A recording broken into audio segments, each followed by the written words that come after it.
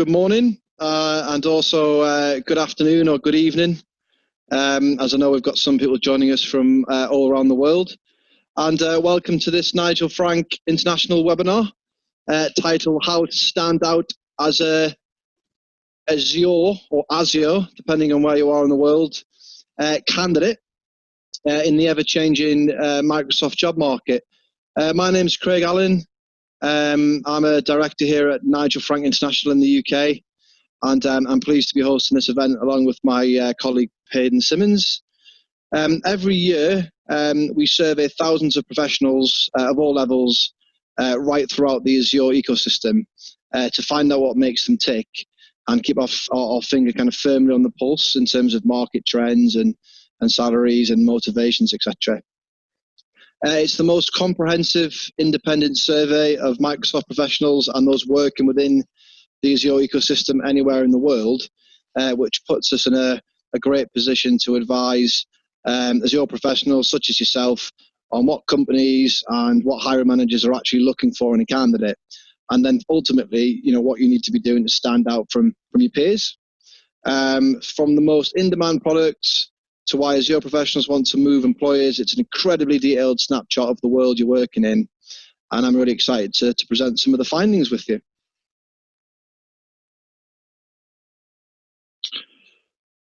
Okay, so just to introduce myself, as I said, my name is Craig. I look after Nigel Frank in the UK, and I've also got my colleague Paden with me as well. Hey guys, Paden Simmons here, based in Charlotte, North Carolina, Senior Vice President looking after Nigel Frank here in the US and Canada. Both of us have not aged well since those photographs were taken. It's been an interesting year, as we all know. Right. Okay. So onto the agenda. We've obviously just covered who we are, and here's the schedule. We'll tell you a little bit about the salary survey itself, how we compile it, and kind of the work that goes into producing it. And then most importantly, we'll go through those findings from the survey and how they affect you as a job seeker or potential job seeker, what that shows you need to do, etc., to stand out. So whether you're actively looking for a new role, or maybe you have your eye on progressing or potentially looking in the next 12 months or beyond, we'll cover some of the things that are really worth taking into consideration as you look towards your next great Azure role.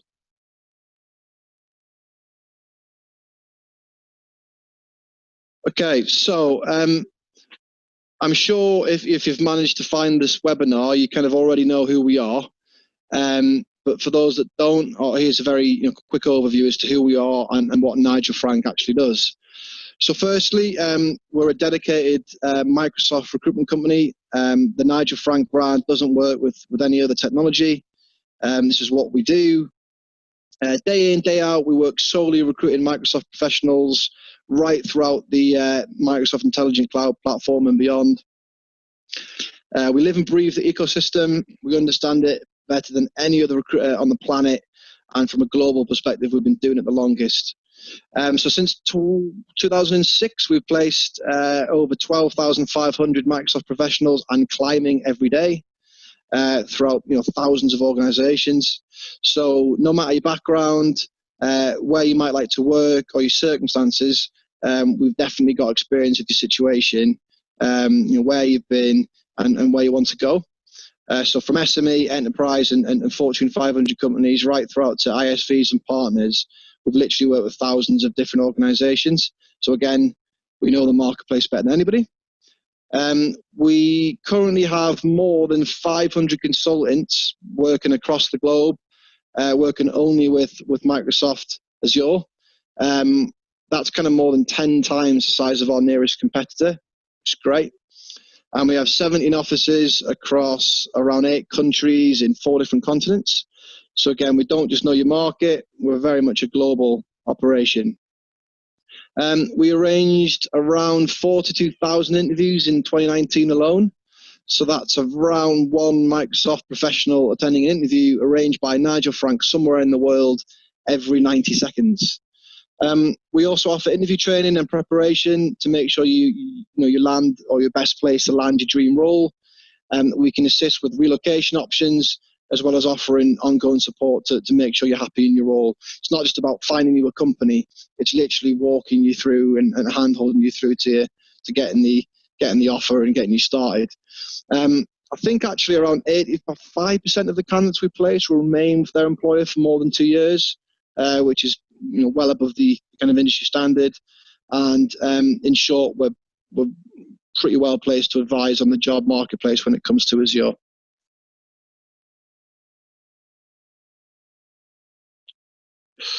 So, as I mentioned earlier, the Microsoft Azure Salary Survey is the largest independent survey of Microsoft professionals anywhere on the planet.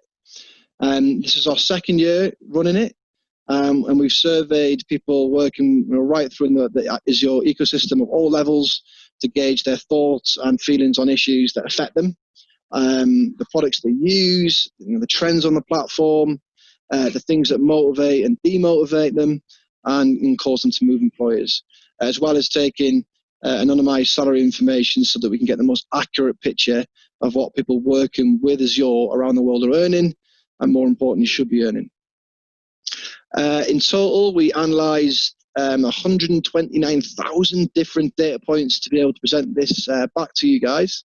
So it's not just something we've kind of hastily put together.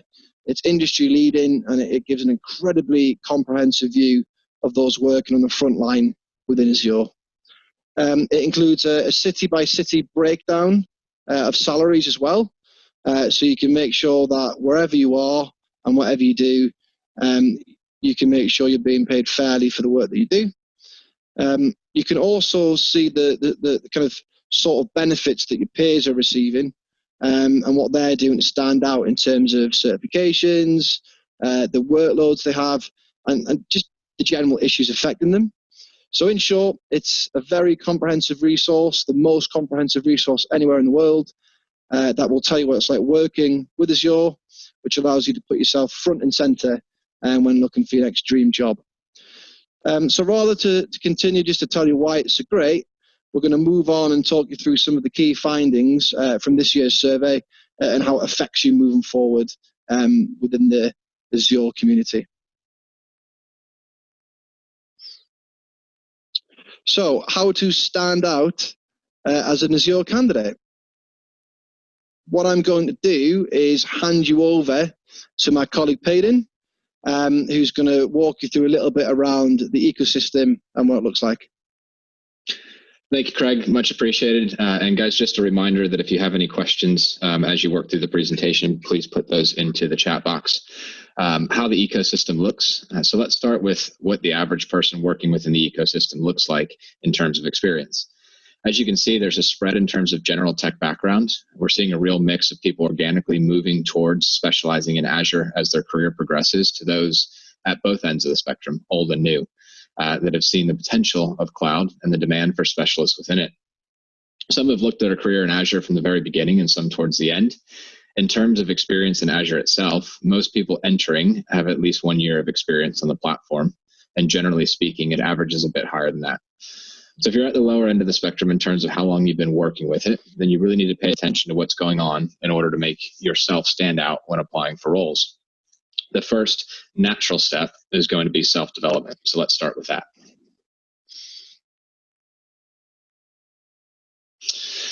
So what do you use to increase your knowledge on Azure? Here's where people are going to learn more about Azure and keep up to date. If you're an experienced professional, you'll likely be doing a number of these already, but hopefully there are a few ideas in here for new places you can go to for learning resources. If you're a little less experienced, I really can't stress how important self-learning is. While employers are looking closely at hard skills, like the certifications you have, those are fairly easy to quantify. Soft skills, such as wanting to learn more and self-study, are incredibly desirable and harder to demonstrate, certainly in your resume. So if you're going to be able to go through these resources and your progress within them, it's huge to get a head start in terms of showing you have a real hunger and desire to learn. I should also add that there's a huge amount of information on this slide. All of these resources are mentioned in the salary survey itself. So if you're rushing to make notes, don't worry too much. You'll be able to see them in the survey, which you can download completely free of charge from the Nigel Frank website. In terms of how important it is to continually learn and develop your Azure skill set, we found that half of employers paid for their employees' certifications in full, with more contributing in one way or another towards the cost of them. That's great news if you're new to Azure, as it means that while certifications are desirable for a candidate to have, if you have the right soft skills, then employers will be willing to invest in you and help you become a better, well-rounded professional. So with certifications in mind, let's look at them in a little bit more detail. And on to why certifications matter, right? This is why those studying for Microsoft certifications feel that they matter. Top of the list is that certifications are proof of your abilities within Microsoft. Now, that's always going to be the answer across certifications for any tech, that they offer undeniable proof of your ability, but it's interesting to see that career progression is a close second. As I said earlier, having that desire to learn and improve is such an important factor during the hiring process. So it's little wonder that those who continue to get themselves certified and learn more are the ones who see better career progression. While it might sound obvious, if you look at some of the other answers on this list, became better at my job, more efficient in my role, more productive, ability to perform complex tasks more efficiently and confidently, it's evident that certifications will make you a more well-rounded and better candidate. And ultimately, while you want to stand out during the hiring process, it's just as important to be able to hit the ground running once you're on site. It's safe to say, if you look through this list, certifications are important, not just during the job seeking period, but they'll also put you in good standing once you're at the desk.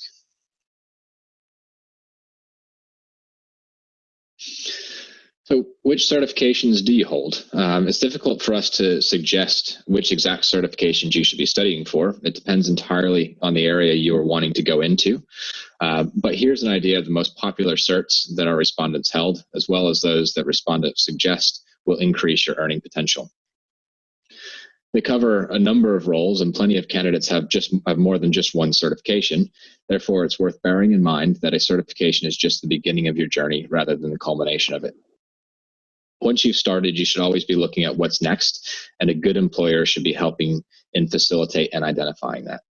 As you can see, across the whole spectrum of the Azure ecosystem, certifications matter. They make you stand out. They demonstrate your knowledge as well as your desire to improve. That's not just us saying it, it's what your peers are saying. More than half of employers have fully funded our employers have fully funded employee certs, so finding that those support your development is not like looking for a needle in a haystack. If your employer isn't contributing towards the cost of starting your certifications, or at least allowing you the time for self-directed learning, it's worth thinking about whether to make that investment yourself. It can only benefit you.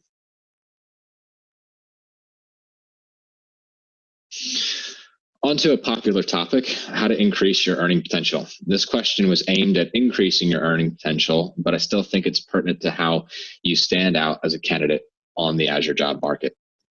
If you're in a position to maximize your earning potential, then you're also going to be in demand. So understandably, experience will undoubtedly play a part in this, but also exposure to large projects does as well. If you feel you're undervalued or overworked in your current role, or even just not compensated according to the responsibilities you do have, then make sure your resume reflects the work you actually do. If you're essentially covering 2 or 3 other roles, make sure those skills, tasks are reflected. Similarly, if you've been exposed to a really big project, detail what was involved. It all depends on what you want from your next move, but plenty of people move from an under-resourced team in a large enterprise to a smaller organization that will appreciate the breadth of experience that you can bring to the role. They'll also compensate you for it as well. Similarly, looking at it here, the vertical you're working in can make a huge difference. So being stuck in what feels like a rut somewhere in a sector that doesn't mean that you need to fall out of love with the technology or the vertical and look elsewhere. It actually can play to a strength that can make you more desirable and result in a really positive outcome for you. One thing we've experienced regularly from candidates is that they work, say, in the financial sector, and they're dissatisfied with an employer. So the first thing they say to us is, I need to get out of this industry. When actually the specific knowledge that applies to the sector is really desirable for to other employers who can offer them what they're actually looking for. So it might not be the case of standing out as a candidate on that front, but it's something worth considering when you're looking to move on. Your experience in a specific sector is really desirable beyond just being an Azure professional. But on the subject of job satisfaction, we'll move on. I think it's worth us quickly looking at what causes dissatisfaction in the workplace. I think it's useful to know what's affecting your peers and how they feel. It's no use in us suggesting one thing when every single person is feeling the same way. So you'll see that people are generally happy with their working environment, hours, balance, company culture. But where people aren't as happy is when it comes to progression and training. When we look at the reasons people are looking to move on, you can see that people want new challenges and better career prospects, as well as being exposed to the latest products. So this is a pain point for other potential job seekers that you'll be competing with. I think it's great to have an ecosystem filled with professionals who are hungry to improve. And as a recruiter, it's fantastic for us that that's what candidates we work with want. But for a job seeker, it means simply wanting isn't enough to stand out. So if your employer isn't supporting you towards certifications and you can't make that investment yourself, then look at the other resources that you can use to increase your knowledge base and track what you've learned. Because the desire to know them won't make you stand out compared to actually acting on it and starting to increase your range under your own steam. You can then use that to appeal to employers looking to hire someone with the ambition and desire. With that in mind, let's look at the skills an Azure professional should possess. So which skills should you possess? I've included the languages and frameworks that respondents throughout would be most in demand this year. Again, there's a lot of information to digest here, so I certainly suggest downloading the salary survey and going through it at a more leisurely pace. You'll also find a breadth of information on technical trends in there as well. I certainly think where this information is useful is when you're looking at potential gaps in your knowledge. Looking at the top 5 to 10 items in this list is a great place to start when you're thinking about your next certification, maybe an area to try to specialize in, or simply brush up and look for some courses on where you can improve. It's also worth knowing that when it comes to scanning resumes, a lot of hiring managers will purely be looking through the skills or languages they need and comparing that to what you have. In some case, this process may be automated. So your resume could be an incredible roll call of achievements and experience with some truly incredible soft skills, but you've left off Python because you thought everybody else has it. Your resume could be discarded immediately due to that. My advice, if you're thinking of starting to put your resume together or updating it, it's to download the salary survey, look at these lists and make sure you've not left anything off. A competency test can prove you know that skill, but nobody can guess that you have those skills during the resume sifting process if it's not actually on your resume. Make sure you include these skills. It's also worth looking at the other skills people are looking for in new hires to truly make you stand out.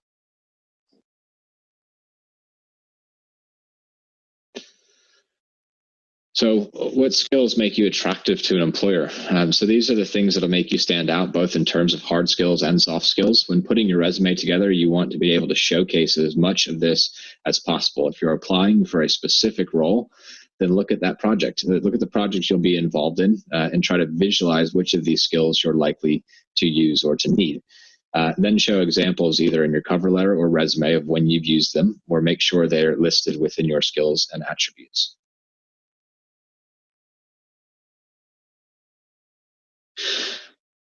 So in summary, let's quickly recap some of the key takeaways from this presentation for you. There's so much information within the survey itself that it's difficult to suggest just 3 things to you. But if we're going to do so, your soft skills are just as important as your technical proficiency. And by that, I don't just mean your usual good communicator, works well in a team, is reliable, right? Everybody puts these in their resume. Most people have them, but they're pretty hard to quantify. Download the survey after this webinar and look at the skills I've just mentioned. So if you're a good presenter, for example, use examples of this in your application. If you've worked face-to-face with customers, that's an incredibly desirable trait that not a lot of your peers excel in. Or if you've funded your own certifications or studied in your own time, something that displays you've gone above and beyond to just do them because the opportunity was there. It's another great example of having a real desire to improve. In terms of your actual technical proficiencies, look at what's in demand, but look beyond just the most popular skill sets if you want to stand out. And don't overtake anything you know for granted. If you know something, make sure it's on your resume.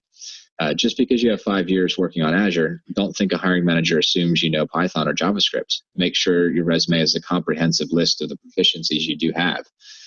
You never know what weakness a team might have that you can add value to, even if it's not directly related to the role. I've seen it so many times where a candidate has been put forward for a role that they fit the job spec perfectly, but a hiring manager spots something else on the resume and suggests another option, often on a better compensation package as well. So while it's possible for a resume to be too long, that should never be at the expense of leaving out competencies. What I will say on that front is that if you're still not sure how to put your resume together, we here at Nigel Frank can certainly help you. We can put together your experience and your skills and present them to employers in a way that will get you noticed. Finally, don't ever think that you can't learn more. The Azure platform is growing and evolving, and the demand for professionals over the next 12 months is going to increase massively. Businesses are rushing to transform their digital structure as the world looks set to change in terms of the way we work, which is great news if you're an Azure professional looking for a new opportunity. Certifications are a brilliant way to put a cast iron stamp on your resume that verifies your knowledge. But even if you can't do that, there are a number of other ways you can continue to develop. Learning and development should be a part of your weekly work, not something that you try to fit in outside of that. And if your employer doesn't support that, then I promise, make the investment on your own time and it will 100% pay off when it comes to finding your next great job. Becoming certified not only increases your knowledge, but also increases your earning potential. Okay. So that's all from Paden and I today, although we're happy to take any questions you have in a moment or so. Anything we're unable to answer, I'll be more than happy to connect with you and get back to you with an answer away from this forum. And our contact details will be displayed in a moment if you wish to connect with us privately. Any questions you've got, keep adding them to the chat box. So before we move on to that, the survey is available. It's completely free from our website, nigelfrank.com. It's under market reports in the header there, and goes into much more detail than we've been able to cover during this very short presentation. It's a truly fantastic resource which covers salaries around the globe, as well as more trends and issues affecting those working with Azure. Our site itself is actually another great resource, of course. We've got an incredible wealth of information on our blog, as well as the latest job vacancies, and the option to subscribe to our jobs via email service, which is really fantastic, where you can get the latest opportunities delivered directly to your inbox. But hopefully, that's given you a little bit more time to think of any potential questions. So before we close, we'll move on to the Q&A section of the presentation. Does anybody have any questions about anything we've covered today, or any other issues that affect you as a candidate on the Azure job market? If not, then thank you very much for your time today, and I hope it's given you some insights into the ecosystem and what you need to try to stand out as a candidate as you look towards your next career move. My contact details are on screen along with Paden. So anybody that would like to connect with us privately, you can. But are there any questions that you have now?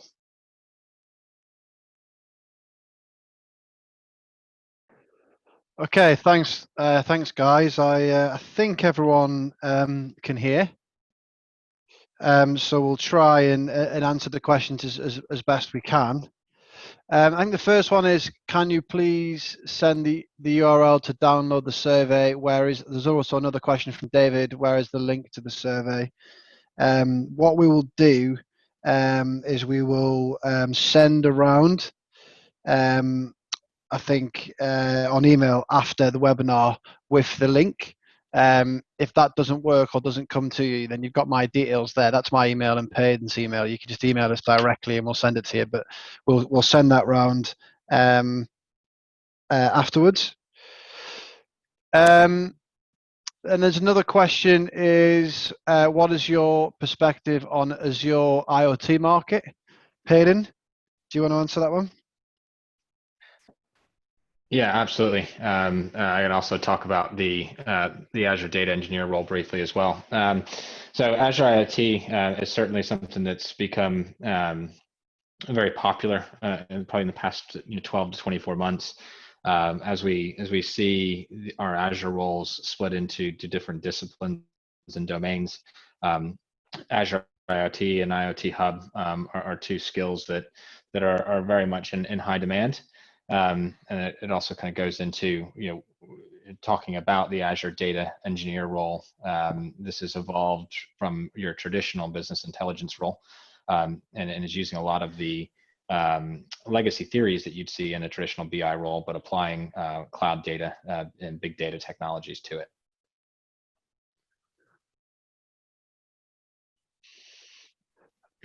Okay. Paden, are you answering the one on Azure data as well? Yeah. I just covered that one. Cover that one as well, yeah. There's a couple more that have come through as well, Craig, if you want to talk about the UK and Europe economy.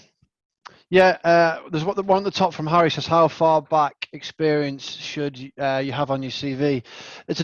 Obviously it's a difficult question. I think it will all depend on your hiring manager, and what the individual hiring manager is looking for. I think that's why if you come through a recruitment consultancy for your next job, they can help you with that. I would say as much as you can put on your CV or resume, I think is valid. I think if you can be concise and to the point and be very specific around the actual experience that you've had and the work that you've done, I think is fine. I think it's just about how you explain that, and the more specific project experience you can walk through, the better.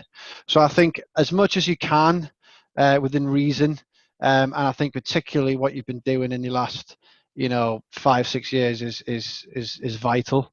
Once your CV or resume gets to 10 pages plus, then you've probably gone too far. But I think the more specific experience and project experience you can give recently, the better.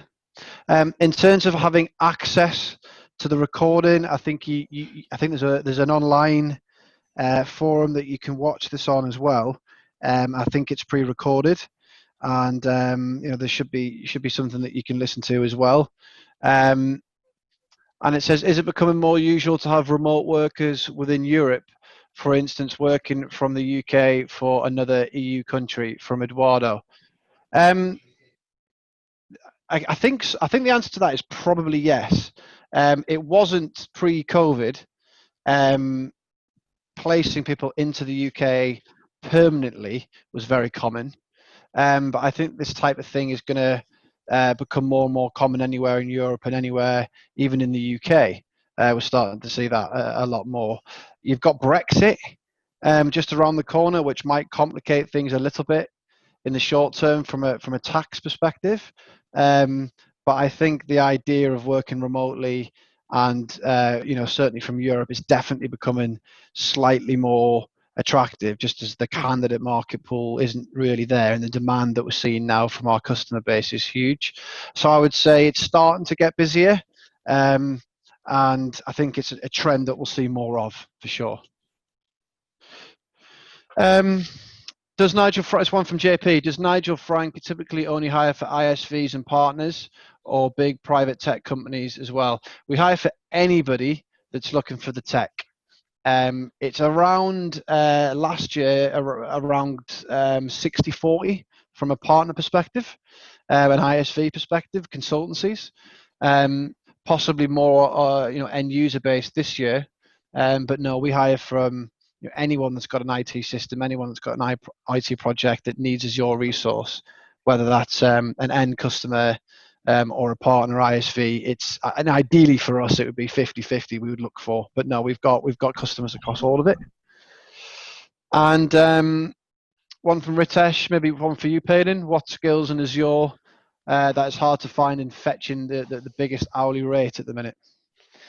Yeah, I think it's since COVID's come through, it's changed drastically, and what we see is companies are going towards more strictly getting their employees set up to work from home. So we've seen that the shift in demand very much towards infrastructure-based skill sets, and getting modern workplace implemented as well, if they're a full scale Microsoft end user.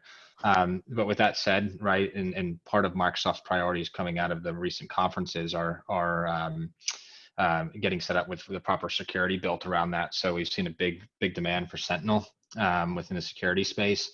as we talked about, some of the data skills and IoT Hub are coming out as well.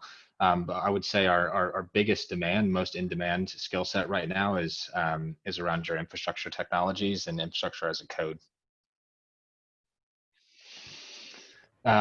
Just to jump in on that one as well, this is Mike DeVito.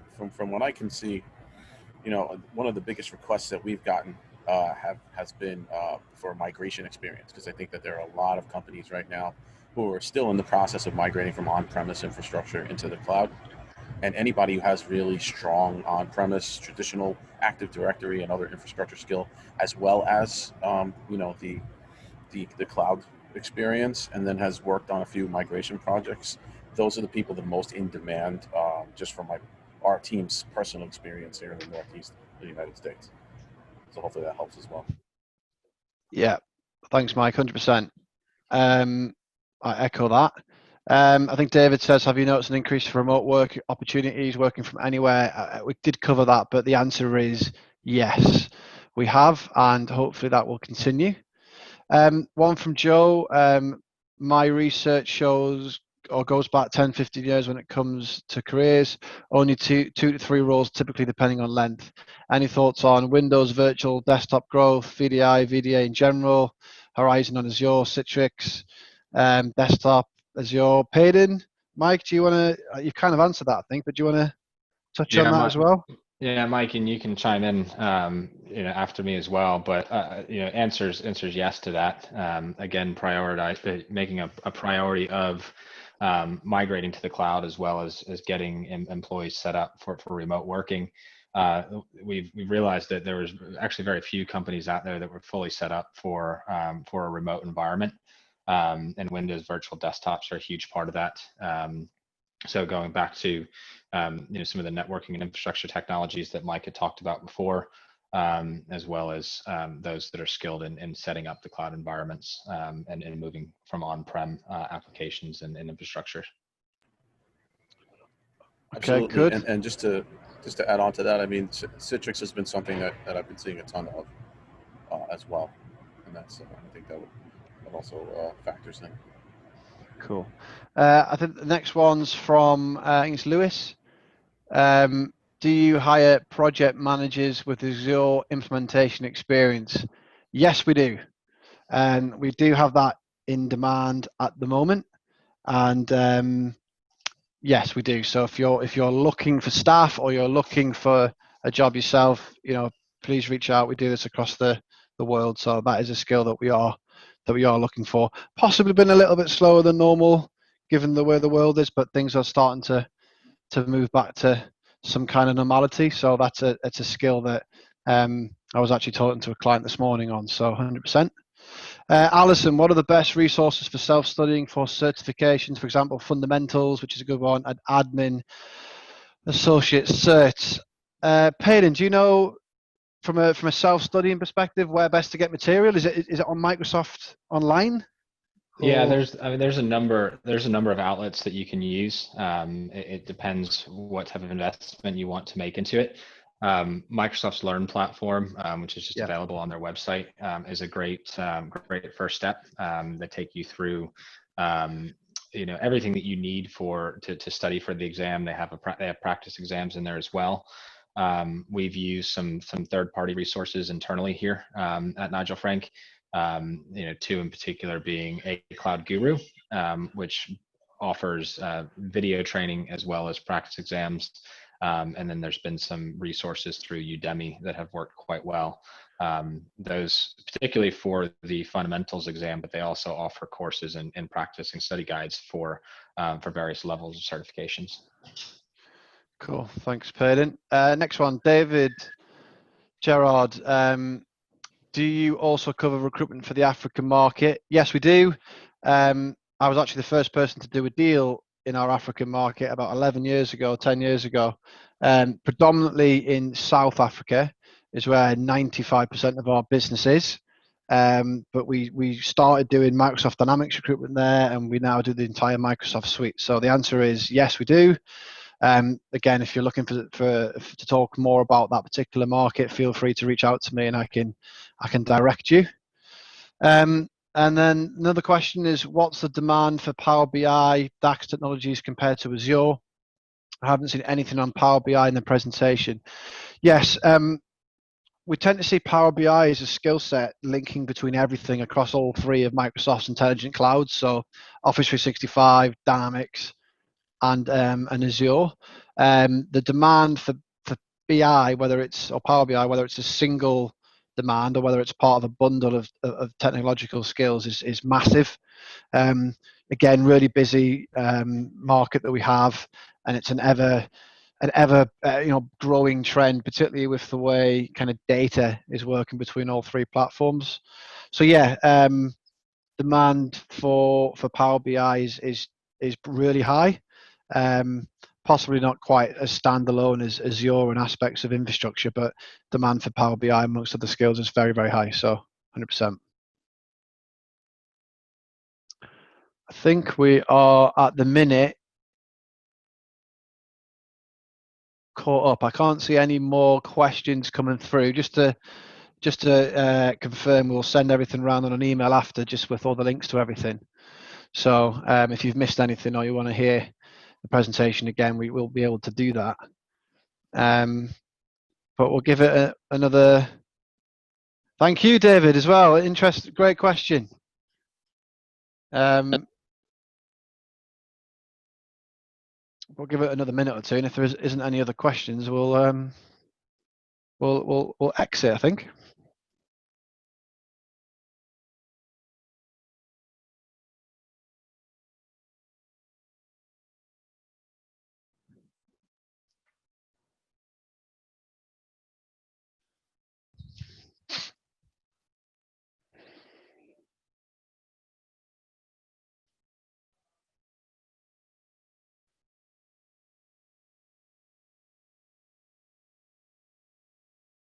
Thanks, everyone.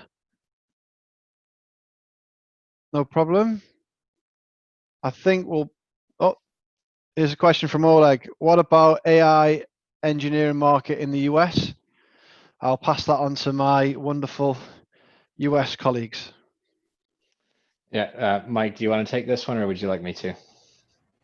I mean, the short answer is it's not only a big market right now, but it's a growing market, and more and more we see the trend of the client's needs in that area just growing at a particularly great rate, even if it's not the number one request we get right now.